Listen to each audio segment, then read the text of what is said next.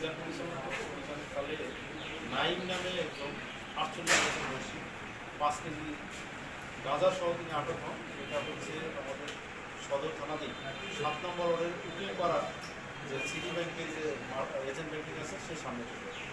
আমরা হচ্ছে এই আসামিকে আটক করি, মালামাল জব্দ করা হয়, পাশাপাশি এখন মাদক মামলা তার যে যথারীতি যে মামলা এটা প্রক্রিয়াধীন আছে। এই মাদকটা কোথা থেকে আসতেছিল, কোথায় নিয়ে যাচ্ছিল এবং এর সাথে আর অন্য কেউ জড়িত আছে? এটা আসলে আমরা এখন অনুসন্ধান করতেছি যে আসামিকে জিজ্ঞাসাবাদ চলতেছে যে ওনার সাথে আরও অন্যান্য কেউ এর সাথে যোগসাযোগ আছে কিনা বা ওনার সাথে যে কানেক্টিভিটিটা তার যে ফরওয়ার্ড লিঙ্কেজ বা ব্যাকওয়ার্ড লিঙ্কেজে কারা আছে এটা আমরা দেখতেছি।